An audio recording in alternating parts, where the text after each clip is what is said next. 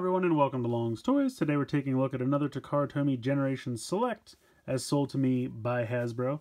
You can see it comes in this packaging that just kind of says TTGS06. This side was obviously retaped and I don't know why. Everything appears to be okay, but this is how I got it in the box from Hasbro. So, but yeah, just the outside of this box, very generic. Doesn't even say what product is inside, just has the number. But it is authentic Takara Tomy product as sold in Japan. So there you go. Going to go ahead, open this up, and then you'll see the packaging inside, which will let us know that this is Seacons Lobclaw. Okay. I assume it's supposed to be Lobclaw, as this is Kuro, so Lobclaw. I don't know how that got romanized as Clowl, but there you go. That's fun. But basically, his name was Nautilator in the US. So that is who we're looking at. Go ahead and remove even more packaging to find the cardboard box that this comes in. Very basic cardboard box, but when we go ahead and open this, you'll see Lobclaw, Nautilator, whatever you'd like to call him, inside. He looks really good. I'm actually really excited. Right off the bat, I'm more excited about this one than I was about Kraken. The color scheme looks great. You can tell he's definitely had a little bit more remolding done, so he looks like who he's supposed to look like. You have a gun, you have an axe over here, you have that standard Power of the Primes hand connector. So very, very cool. I'm going to go ahead and get Lobclaw. Sorry, one more time, but I'm going to call him Lobclaw from now on. Get him out of the box and we'll take a closer look. Here is Lobclaw out of the packaging. As you can probably tell, he is a lobster. I think he looks really good. I like the color scheme. I know what you might be thinking. It's the same two tones of blue, that light blue and then that kind of greenish blue. And whereas I didn't like it so much on Kraken, I do like it here. I think because Kraken had a lot of black and gray to break up the color of blue, he didn't really need the two tones. Whereas here it's almost used as like a shading gradient. And I think that's pretty cool. Because there's not so much of like the gunmetal gray color to break up the blue. If it was all that greenish turquoise blue, I think it would be really boring. So I'm glad with what they did here. I think it looks really good. The head of the lobster is very fun. I love the yellow eyes, Decepticon symbol there on the head. You can open the mouth. It's a little difficult to do. I just trimmed my fingernails, so let's see. There we go. Open that up. You can see it's red inside. He's got nice teeth. I like that quite a bit. It's got the lobster pincer claws. You can probably tell that these are the same claws they used for Blot, so that hand is going to transform the same way, which I think looks really good. You can tell they're remolded though, because Blot just had like two spikes, and then when they kind of flipped around, it almost looked like a Wolverine claw. They have actual lobster full claws here, so that looks really good. You get the legs down here. You have this tail piece, which really just pops off. Just pegs in like you would peg in the hand connector or anything else. So I think that works.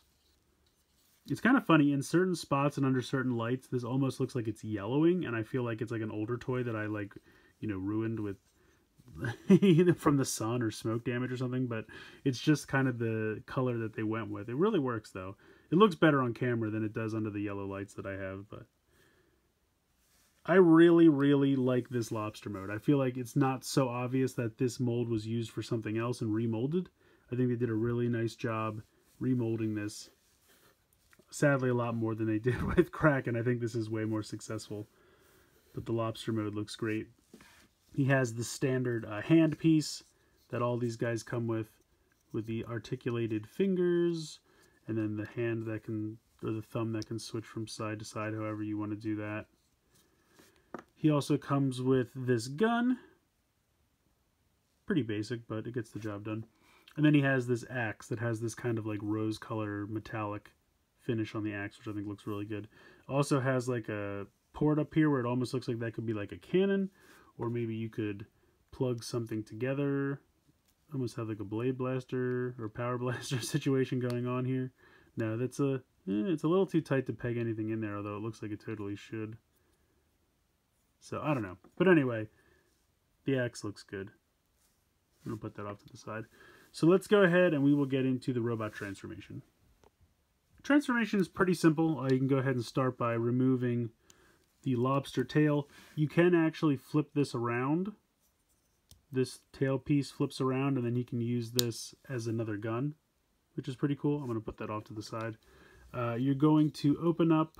Now, let me show you this first, actually. I wish these lobster legs pegged in, it almost looks like they're meant to loosely, like, just sit or rest in this section on the torso. You can kind of see how, like, they come up and they just kind of rest in there. They don't really peg in, and they certainly don't hold. I guess they just expected gravity to kind of hold them in place. And it's not a huge problem, it's really not, but it would have been nice if they pegged in a little bit more securely. In any case, you can bring these down.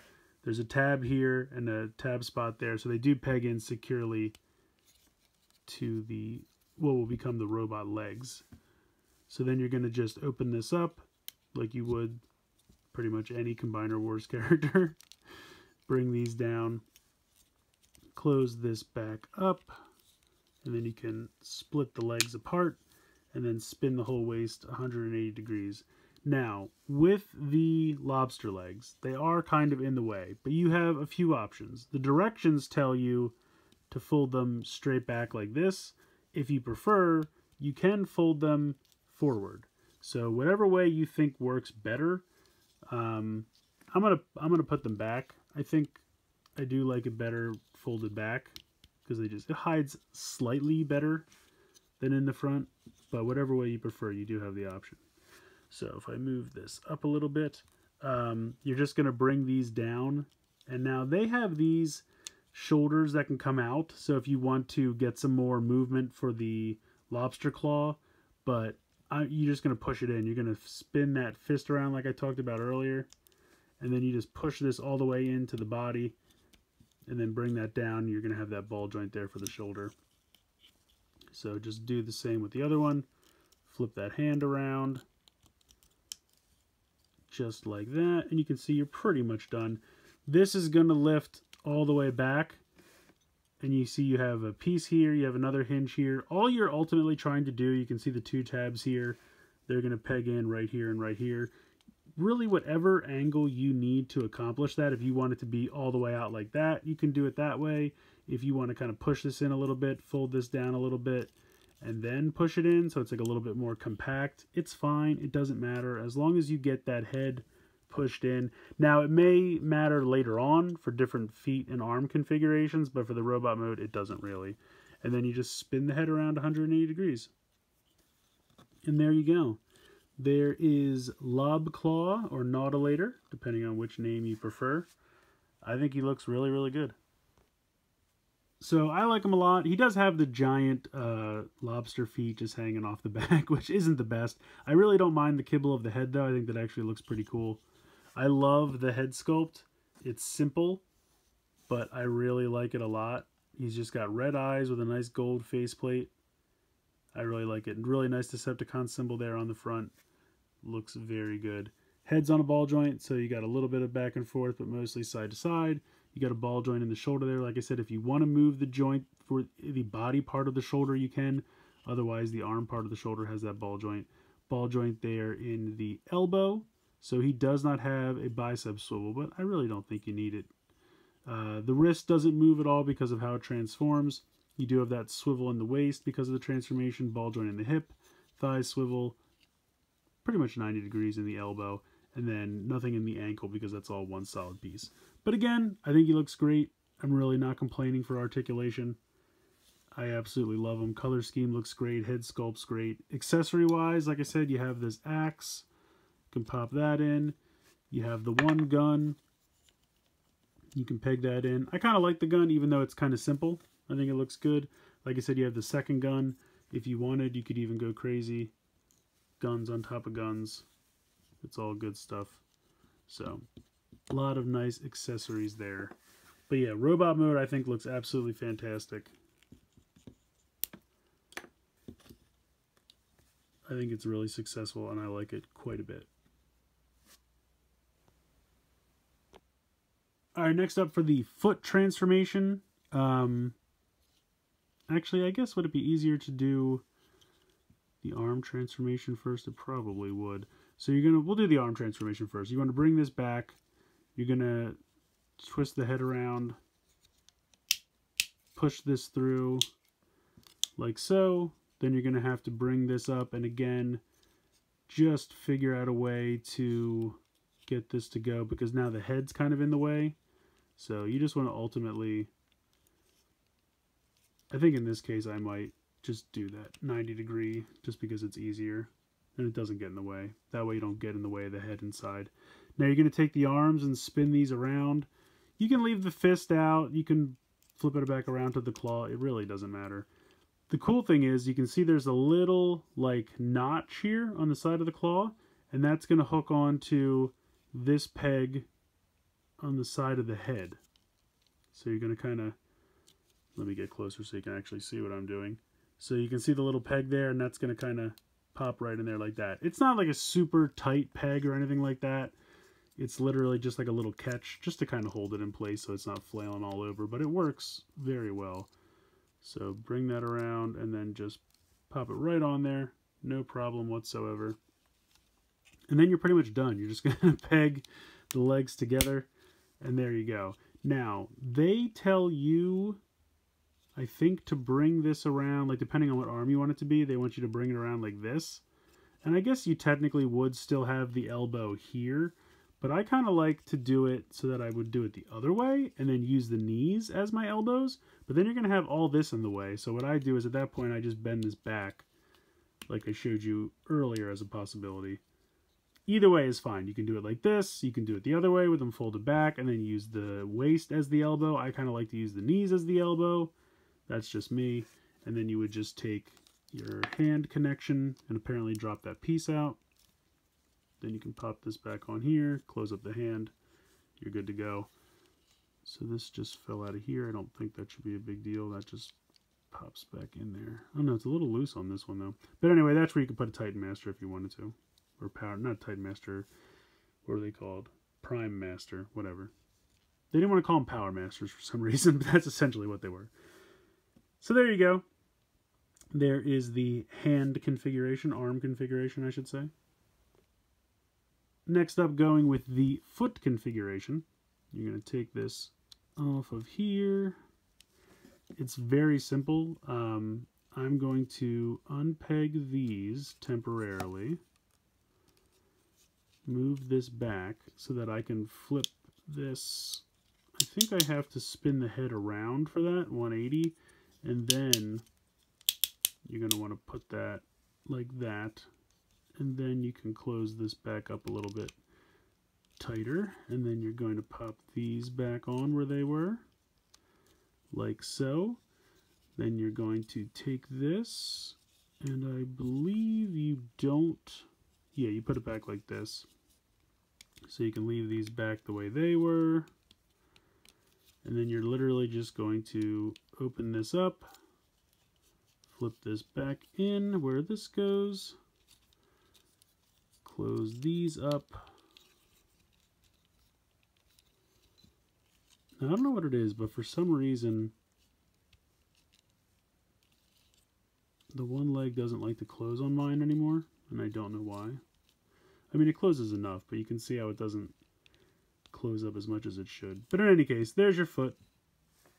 You would take the piece, I don't have it handy, I should, but the foot from Turtler, you just pop there, you peg this into the back, and then boom, you got your foot.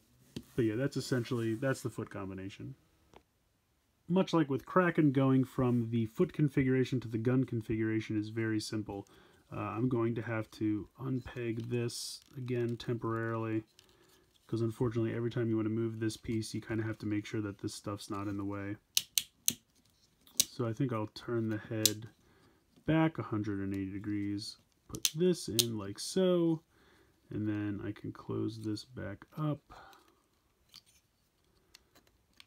Oh, I forgot to mention in the foot configuration, let me close this back up and get these back the way they go.